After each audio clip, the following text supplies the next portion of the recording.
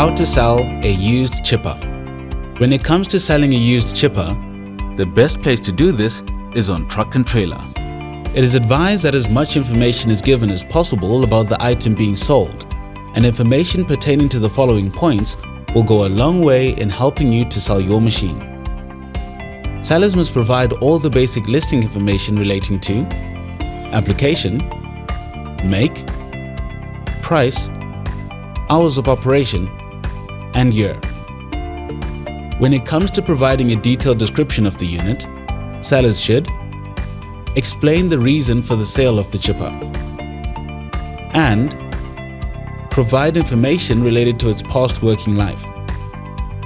Additionally, detail its current working condition with reference to the engine and its components, the blade quality, the chipper's capacity, the forward discharge chutes, the controls and safety features, and finally, the unit's general condition and structural integrity. Providing this information to your potential buyer will go a long way in assisting them to make an informed buying choice and an easier sales process for the seller.